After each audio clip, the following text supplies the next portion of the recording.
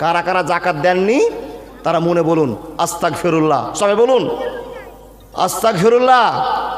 হাল্লাজি লা ইলাহা ইল্লা হুয়াল হাইয়ুল কাইয়্যুম ওয়া আতুবু ইলাইহি। কারা কারা ওষুধ দেননি আবার বলুন আস্তাগফিরুল্লাহ। হাল্লাজি লা ইলাহা ইল্লা হুয়াল হাইয়ুল কাইয়্যুম ওয়া আতুবু ইলাইহি। হে আল্লাহ, আমার 5 বিঘা জমি তুমি আমাকে বানিয়েছো মাবুদ গো, আমি তো মাত্র 800 গ্রাম সরষা মাঠে ছিটিয়ে এসেছি আর 1 কুইন্টাল সার দিয়েছি। হে মাবুদ, 1 কুইন্টাল সার 800 গ্রাম সরষাতে যে আমার 3.5 কুইন্টাল ফসল হবে কোনো দিনই ভাবতে গো পারেনি। মাবুদ 5 বিঘা সরষা লাগিয়েছি, যদি আমার 3 5 15 কুইন্টাল হয়, শরিয়াতি আইন অনুযায়ী মোহাম্মদের আইন অনুযায়ী যেইটি আল্লাহ মাদ্রাসা মসজিদ বিধবা এতিম যারা যারা পাওয়ার যোগ্যতা রাখে আল্লাহ তাদেরকে না দিয়ে আমি আর সরষা বিক্রি করব না, ওয়াদা করুন। অন্তরে হাত দিয়ে বলুন আল্লাহ, আমার যদি 20 মণ সরষা হয়ে যায় 1 মণ সরষা আমি বের করে দিব, এটা ওসুর। আমার যদি সব খাওয়া দাওয়ার পরে 1 লাখ টাকা টিকে যায় আমি 2,500 টাকা বের করে দিব। এই জন্য আল্লাহর কাছে আবার বলুন আস্তাগফিরুল্লাহ আল্লাযী লা ইলাহা ইল্লা হুয়াল হাইয়ুল কাইয়্যুম ওয়া আতুবু ইলাইহি। এ মুসলমান, শুধু তাই নয়, রব্বুল আলামিন বলছেন কি,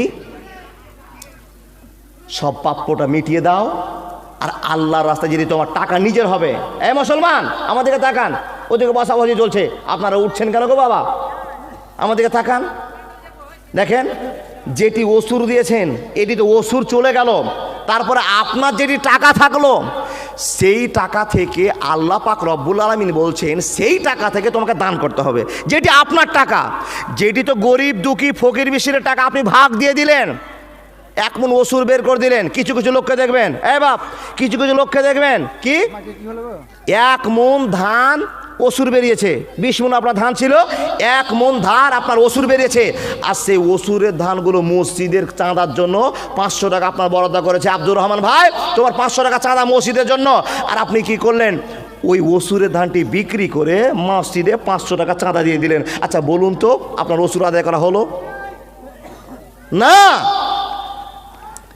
ওসুর বের করেছে কার জন্য?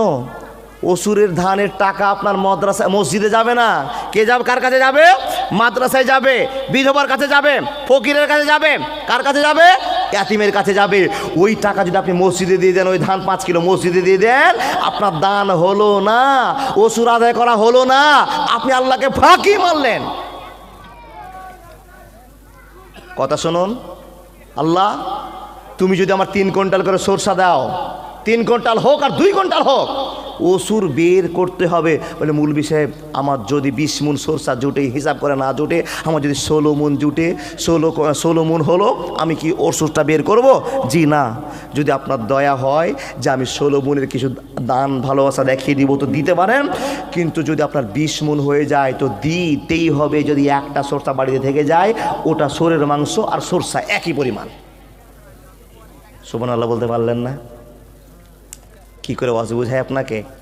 এ মুসলমান, তওবা করুন, জীবনে এই ভুলগুলো করব না। আল্লাহর বান্দা, মসজিদের জায়গাতে মসজিদ আপনি দিয়ে দেন, দান করে কি লাভ হবে? দান আপনি এখন শুরু করছেন, কে জন্য শুরু করছেন? ওসুর বের করে দেওয়ার পর যেটি মাল আপনার 19 মণ থাকলো, এটি হলো আপনার মাল। আপনি ওই মাল থেকে খাবেন, ওই মাল থেকে খরচ করবেন। এই মাল থেকে রব্বুল আলামিন বলছেন কি, না না এই কোরআনটা দেন তো, মান জা বিল হাসানাতে ফালাহু আসরু আমসালেহা।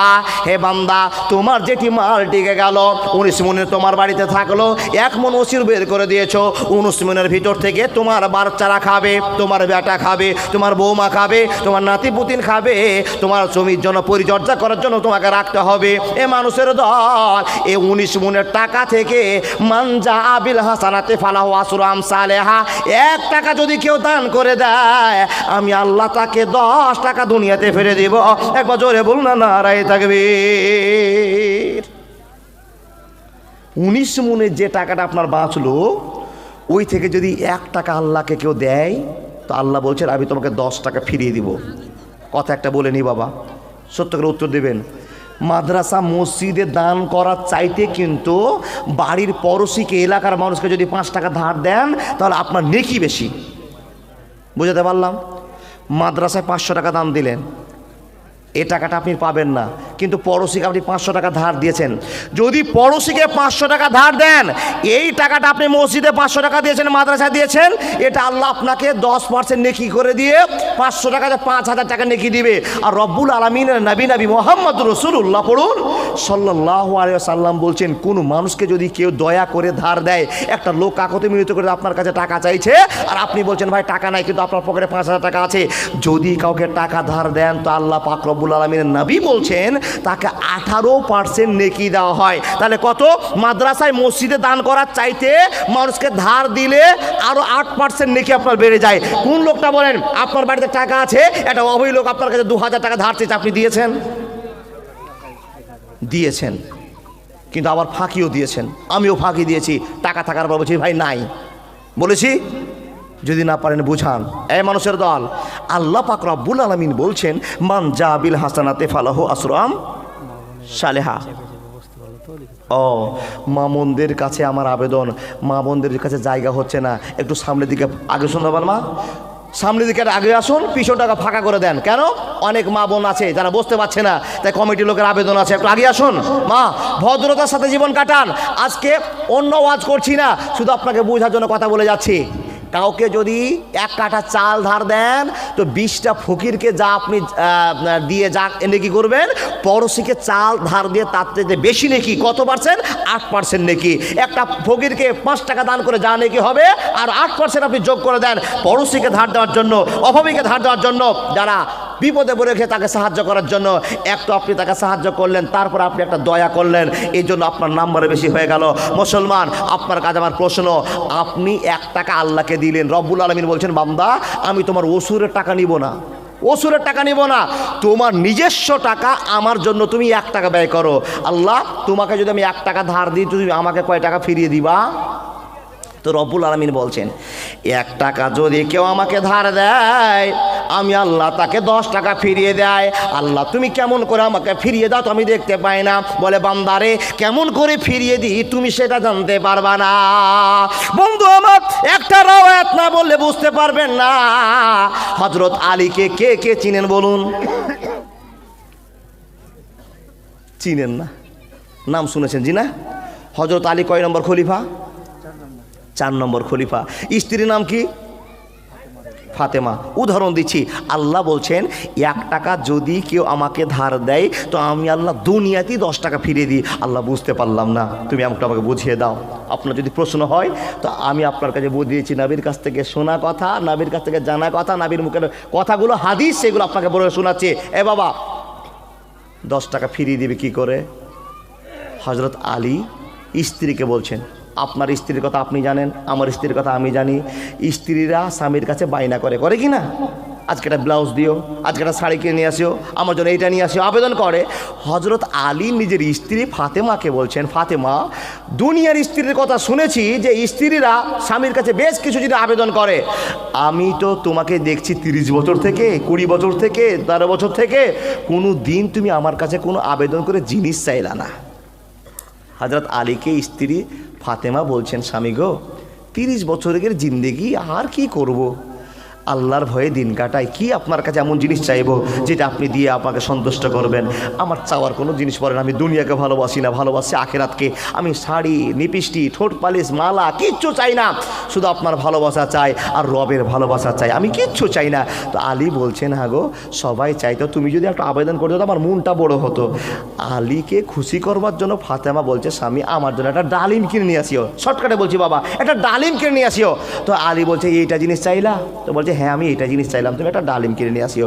হযরত আলী বাবা ডালিম কিনতে গিয়েছেন, কোথায়? মার্কেটে নালাগুলোতে গিয়ে একটা 10 টাকা দিয়ে ডালিম কিনেছেন, কিন্তু 10 টাকায় ব্যালেন্স, যা নিয়ে গিয়েছিল সেই 10 টাকা দিয়ে একটা ডালিম হয়েছে, ছোট্ট একটা ডালিম কিনে নিয়ে স্ত্রীকে 30 বছরের স্বাদ মিটাবে, 20 বছরের স্বাদ মিটাবে, কোনো দিন চাই না আজকে যে আমার ফাতেমাকে আমি খাওয়াবো, এই আনন্দ উপভোগ করার জন্য বাবা পকেটে ডালিমটা নিয়ে আসছে। শুধু একটা আয়াতকে ফলো করে কথা বলতে আরম্ভ করলাম, মান জাবিল হাসানাতে ফালাহু আসরু আমসালেহা।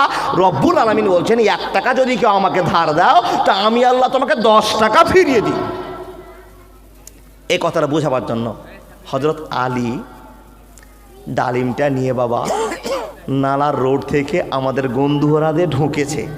আর যখনই ঢোকা একটা ফকির কাঁপতে কাঁপতে গিয়ে বলছে লা ইলাহা ইল্লাল্লাহ মুহাম্মাদুর রাসূলুল্লাহ। এ বাবা, কিছু লোককে দেখবেন, কিছু ফকিরকে দেখবেন, দাড়িওয়ালা, টুপিওয়ালা, পাঞ্জাবিওয়ালা লোক দেখতে পেলে বাবা দাও না গো, কিছু দাও না গো, মুখটা দেখাবে কিছু খাবো। দেখেন, ও জানে এই লোকগুলো দান করবে। তো হজরত আলী তো দয়ালু মানুষ, লোকটাকে দেখেই ফকিরের মনের আবেদন হয়েছে এর কাছে চাইলে কিছু পাওয়া যাবে। যখনই হজরত আলীর সামনে গেছে লা ইলাহা ইল্লাল্লাহ মুহাম্মাদুর রাসূলুল্লাহ, যখনই বলা, হজরত আলীর মনটা কি করবে গো? এ রব্বুল আলামিন, আমার সামনে ফকির, আমার পকেটে তো 5 টাকা নাই যে আমি ফকিরকে দান করে দিব। আর ফকির বলে যে হে আল্লাহ আমাকে দাও, আল্লাহ সাহায্য নেওয়ার জন্য হাত পাতে দিয়েছে। হে আল্লাহ, এখন যদি আমি ডালিমটা ছাড়া আমার পকেটও তার নাই, যদি ডালিমটা আমি দান করে দিই আমার ফতেমাকে রাজি করতে পারবো না। আর ফতেমাকে রাজি করতে না পারলে আমার অনেক দিনের চাহিদাটা মিটিয়ে যাবে। মাবুদ, আমি কী কথা বলবো, কেমন ভাবনা ভাববো, এই চিন্তায় চিন্তিত হযরত আলীর হঠাৎ করে আল্লাহর কোরআনের আয়াত ভেসে উঠলো, কানে মাথায় ভাসলো, ও আম্মা সাইলা ফালা তানহার, যদি কোনো ফকির হাত পেতে দেয়, অভাবে হাত পেতে দেয়, আমার কাছে আবেদন করে দেয়, তোকে দিতেই হবে, না দিতে পারলে বুঝিয়ে বলতে হবে। কিন্তু রব্বুল আলামিন, তোমার ভালোবাসা তো ফাতেমার চাইতে জোড়াল হতে পারে না। ফাতেমা আমার স্ত্রী, রব্বুল আলামিন আমি ফাতেমাকে বুঝে নিতে পারবো। মাবুদ গো, নাম্বার ভালো করার জন্য তোমাকে প্রাধান্য দিতে হবে। ও আম্মা সাইলা ফালা তানহার, ফকিরকে এই ভাবনা চিন্তা করার পরে পকেটটা দুঃখের সঙ্গে খুলে দেওয়ার পর ডালিমটা বের করে ফকিরের হাতে দিয়েছে। একবার জোরে বলুন না মারহাবা। হামিদুর ভাই, ও হামিদুর ভাই, যদি বাড়িতে একটু পানি থাকে পকেট নিয়ে এসো তো ভাই, গিলাসা করে। এই বাপ, তাকান আমার দিকে। হযরত আলী বলছেন আল্লাহকে খুশি করাটাই জরুরি। আজকে ফাতেমা খাওয়াতে পারেনি ফাতেমাকে, কালকে যদি টাকা হয় আবার একটা নালাগোলা থেকে ডালিম কিনে ফাতেমাকে খাইয়ে দেব। কিন্তু ফকির আবেদন করেছে, দিতেই হবে। যদি ফকিরকে দিতে না পারি, ফকির যদি অভিযোগ করে দেয় তো আমার জীবন বেকার হয়ে যাবে। রব্বুল আলামিন, হযরত আলী চিন্তা ভাবনা করার পর বন্ধুরে আমার ডালিমটা পকেট থেকে বের করে ফকিরকে বলছেন, বাবা যাও, তুমি তোমার দিনটা কাটাও, তুমি ডালিমটা খেয়ে নাও, এই ডালিম ছাড়া আমার দেওয়ার মতো আর কোনো সামর্থ্য নাই। এই ভাবনা চিন্তা করার পর ফকিরকে ডালিম দিয়ে দিল। শূন্য হাতে হাতটা জড়ো করে বাবা ভদ্রতার সাথে বাড়িতে প্রবেশ করতে আরম্ভ করেছে। হে মুসলমান, যদি বাড়িতে নেককার স্ত্রী থাকে, পরেশগার স্ত্রী থাকে, সত্য করে বলবেন তো স্বামীর মুখে দুঃখ আছে না হাসি আছে? স্ত্রী দেখে বুঝতে পারবে কি পারবে না? স্ত্রী আলীর ব্যবহার দেখে, বাড়িতে প্রবেশ করা দেখে বুঝে নিয়েছে ডাল মে কুছ কালা হে। বুঝলেন না কথা? মানে আলী যে আনন্দ করে ডালিম কিনতে গেল, ঢোকার সময় সে আনন্দ দেখতে পায় না। তার কারণ মনে হয় কিছু রাস্তায় গন্ডগোল হয়েছে, ফাতেমার টার্গেট হয়ে গেছে, ডালিম কিনতে পারেনি, আর যদি কিনেছে তো কাউকে খাইয়ে দিয়েছে। ইমানদাররা তো আল্লাহর ভয় করে, ইমানদার তো আল্লাহর ভয় করে, আল্লাহর ভয়ে কাউকে খাইয়ে দিয়েছে, দান করে দিয়েছে। এটা আলীর সন্দেহ নয়, ফাতেমার সন্দেহ। আলী মুখটাকে চুচুর মুচুর করতে করতে বাড়িতে ঢুকছে। ফাতেমা বলছেন, আলী যাওয়ার সময় আনন্দ করে বাজার গেলা, আর আসার সময় মুখটা দুর্বল কেন? ফাতেমাকে বলছে, ফাতেমা পকেট খালি, হাত খালি, 10 টাকা নিয়ে গিয়েছিলাম দান করবার জন্য। ফাতেমা রে, তোমার জন্য আনার কিনেছিলাম, ডালিম কিনেছিলাম, কিন্তু আসার পর দেখছি তো ডালিমের জন্য মালিক দাঁড়িয়ে গিয়েছে, ফকির আবেদন করে নিয়েছে, ফকিরকে ডালিম দিয়ে দিয়েছে। ফাতেমা তোমার জন্য ডালিম নিয়ে আসতে পারেনি, 8 দিন পর যেদিন টাকা হবে সেদিন ডালিম কিনে খাইয়ে দিব। ফাতেমা বলল, স্বামী আলী তুমি কি এখন আমাকে চিনতে পারোনি? তুমি আমাকে ডালিম খাওয়াতে পারোনি, যার জন্য আমি কি আল্লাহর কাছে বিচার দেবো? আল্লাহ আমার স্বামী আলী আমাকে ধোকা দিয়েছে, আমার জন্য ব্লাউজ খেতে পারি, যার জন্য আল্লাহকে আমি বিচার দিব? না না না, বিচার দিব না, বিচার দিব না। ও গো আমার শালি, তুমি স্বামী যে ভালো কাজ করেছো, আমি তোমার জন্য গৌরব করছি, তোমার জন্য গৌরব করছি। আমাকে আল্লাহ তুমি নেককার জান্নাতে স্বামী দিয়েছো, আমার মুখের খাবারটা ফকিরকে খাইয়ে দিয়েছো। একবার জোরে বলুন না সুবহানাল্লাহ। ভাই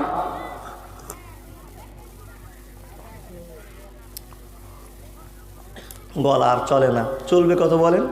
গত রাত কালিয়াচক শাহবাজপুরে 2 ঘন্টা ওয়াজ করেছি। যেদিন থেকে মান্দা পড়া শুরু করে শেষ করেছে বাবা, রানিং চলতে আছে। সকাল হবে, আবার কিষানগঞ্জ মির্জাপুর যাব, আর কিষানগঞ্জে যাওয়া শেষ হলে আবার আপনার গুমানি পাকুড় ঝাড়খণ্ড চলে যাব। এ বাবজান, প্রত্যেক কিন্তু একটাই গলা, আওয়াজ আর বের হবে কত?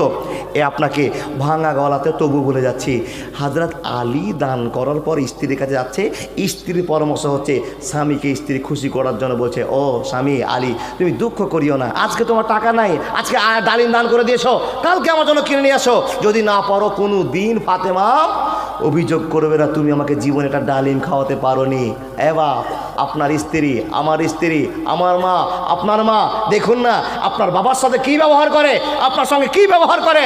একটা শাড়ি কিনতে বলেছে, এক সপ্তাহ যদি কিনতে না পারেন কোনো কারণবশত, পরের দিন আপনার ঢোল বাজিয়ে ছেড়ে দিবে। কি বুঝলেন না কথা? সব জিনিস দিলেন, একদিন একটা জিনিস দিলেন না, তো 5 বছরের যত ইনকামের পথ ছিল, যত ভালোবাসার পথ ছিল, একদিনই সব উদাম করে দিবে। এরকম আমার মা, আপনার মা বাড়িতে আছে। কিন্তু বাবা হযরত ফাতেমা কি বলছেন? স্বামী কোনো দিন আবেদন করব না, আপনি যেটা কাজ করেছেন অত্যাধিক ভালো কাজ করেছেন।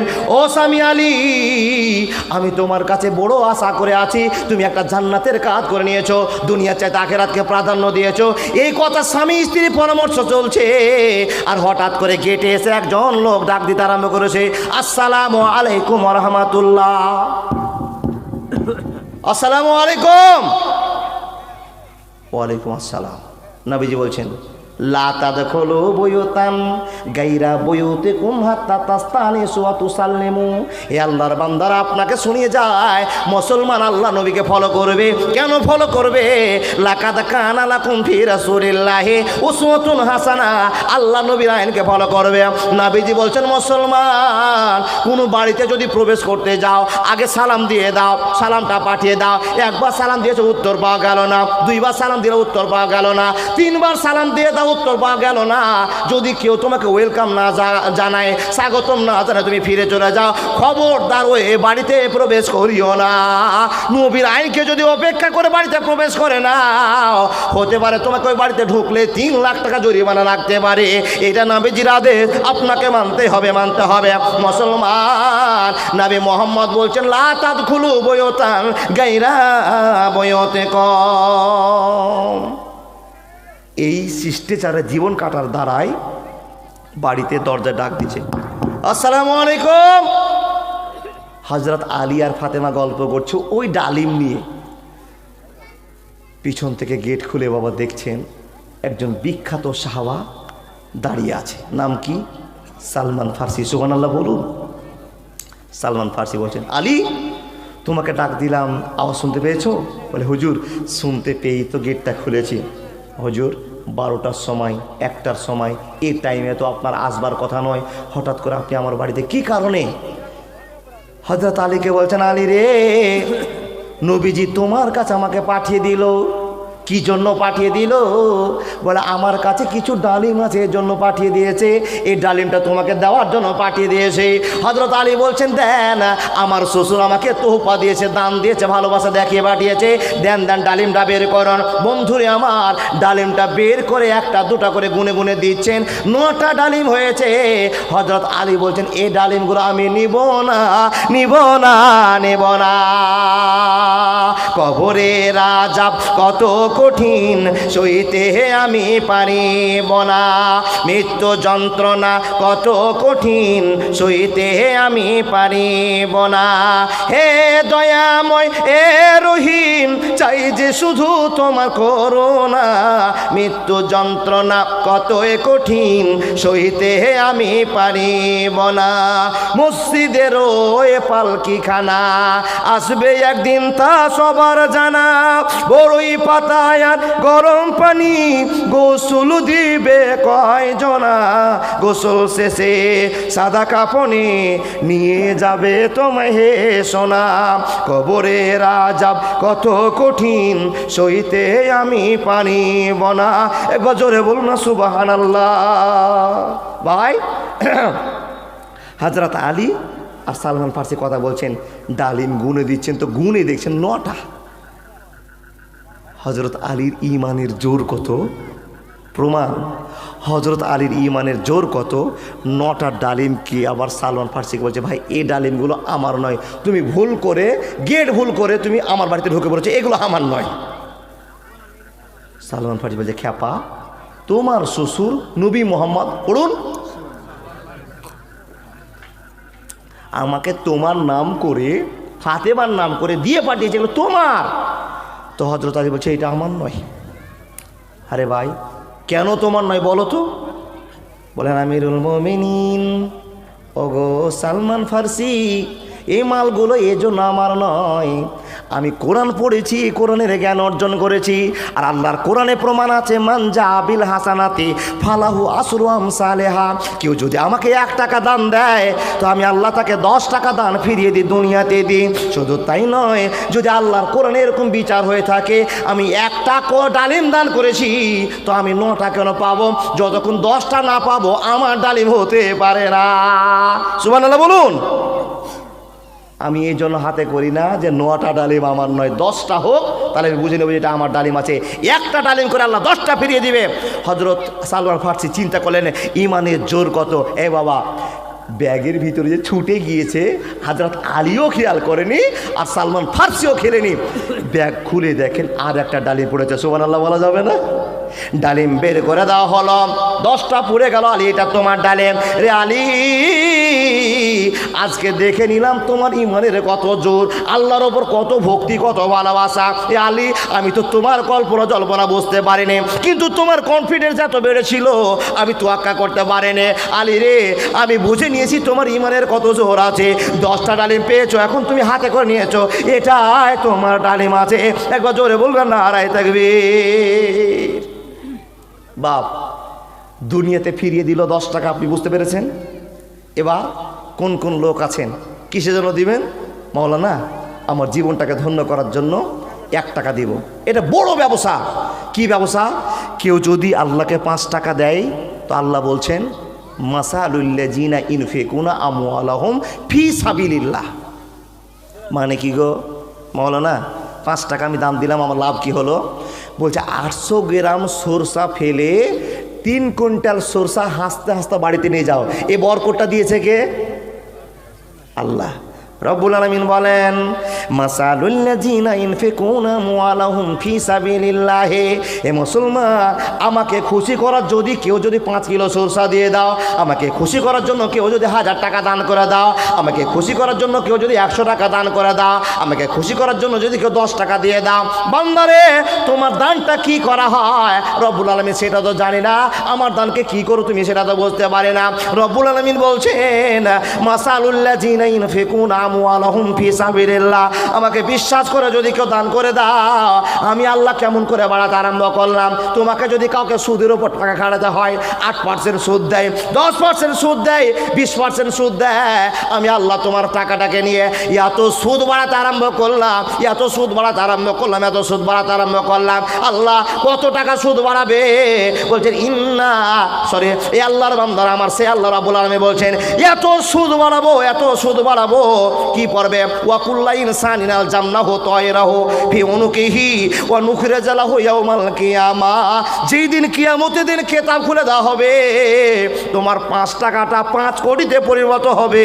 একবার জোরে বলুন না সুবহানাল্লাহ। কাউকে যদি সুদের ওপর টাকা খাটাতে দেন, যারা সুদ খাটান সজাগ হয়ে যান, সুদ খাটান সজাগ হয়ে যান। সবচেয়ে ছোট গুনাহটা কত? ফতোয়া দিব না, থাক। এত খারাপ জায়গা আপনি জেনে নিয়েছেন, আর ফতোয়া দেওয়ার দরকার নেই। এ বাপ, সুদ যদি আপনি খাটান, জি বকচরে আলহামদুলিল্লাহ এত মেয়ে হয়েছে যে বারবার খবর আসছে যার সাথে মেয়ে ধরছে না। আর বাবা, এটা আমরা সচক্ষে দেখছি, যত জায়গায় জালসা হচ্ছে মেয়ে 3%, ছেলে 1%। জি, আর আমার মা বোনেরা এই দিনটাকে বিশ্বাসও করেছে, জালসা যেতে হবে, ইমান বাড়াতে হবে, ভালো ভালো কাজও করছে। আমার মা ভালো ভালো কাজ করার পরে এই ভুলটা কেন হচ্ছে? সামনে যদি আপনার ফাঁকা থাকে সেটা পূরণ করুন না। কেন এটা আপনার বিবেকে লাগে না যে আমি এতটুকু জায়গা গোছে বসে আছি, এখানে আরও 2 জন আসবে, কমিটির লোক যে ব্যবস্থা করেছে তারপরে জায়গা হচ্ছে না? মা, এটা আপনার কর্তব্য, এটা আপনার দায়িত্ব। যদি আপনি তিলকাল জান্নাতুল্লাতি নূরেসু মিন ইবাদিনা মান কানা তাকিয়া ইবাদতের মাধ্যমে জান্নাত যেতে চান, আল্লাহ দয়াতে ভালোবাসাতে, তাহলে আপনাকে এই কাজটা করতে হবে, আপনার কর্তব্য আপনাকে পালন করতে হবে। পুরুষদের ভিতরে অনেক জায়গা ফাঁকা আছে, কিছু কিছু চলে গেল। এ বাবা, কিছু কিছু লোক চলে যাওয়ার কারণটা বুঝতে পেরেছি, ওয়াজ ভালো লাগেনি। জি, এর চাইতে ভালো ওয়াজ আর কী করবো বাবা? যেটুকু আপনার ইমানের পরিবর্তন হবে সেটুকু আপনি বোঝায়। আল্লাহর বান্দা যারা যারা ফাঁকা সামনে রেখেছেন একটু